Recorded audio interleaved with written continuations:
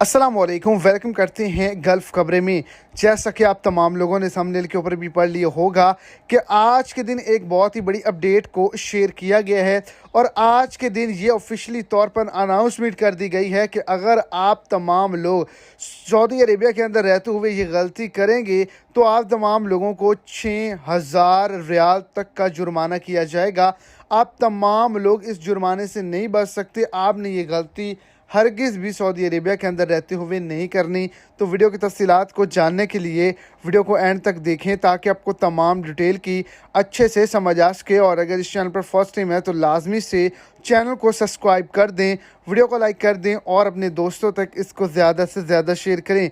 आप रोड पे जा रहे हैं, स्कूल बस को ओवरटेक करने की कोशिश करेंगे या ओवरटेक करेंगे तो आपको 6000 रियाल का जुर्माना कर दिया जाएगा और ये जो जुर्माना है वो आपको ऑटोमेटिकली किया जाएगा।